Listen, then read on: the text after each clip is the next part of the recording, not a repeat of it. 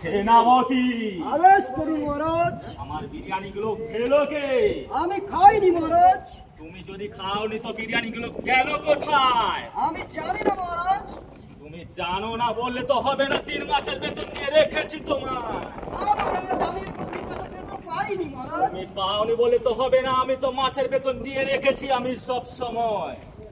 তার বেতন আমি পাইনি। টাকার কথা বাদ দাও মহারাজ। আমি চোরের অপবাদ আমাকে দিলে কেন মহারাজ? আমি বিরিয়ানি খাইনি মহারাজ। বিরিয়ানি যদি না খাও তাহলে বিরিয়ানি গুলো গেল কোথায়? আমি জানি না মহারাজ।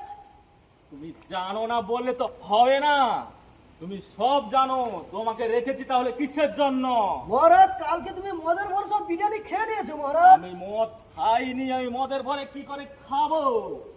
তুমি খেয়ে নিয়েছো মহারাজ। আমি কি সত্যি তাহলে মদ খেয়েছি? হ্যাঁ মহারাজ আপনি মদ খেয়েছেন। আমি যদি মদ খেয়েছি তাহলে আমি এইভাবে চালছি কিভাবে? বলুন।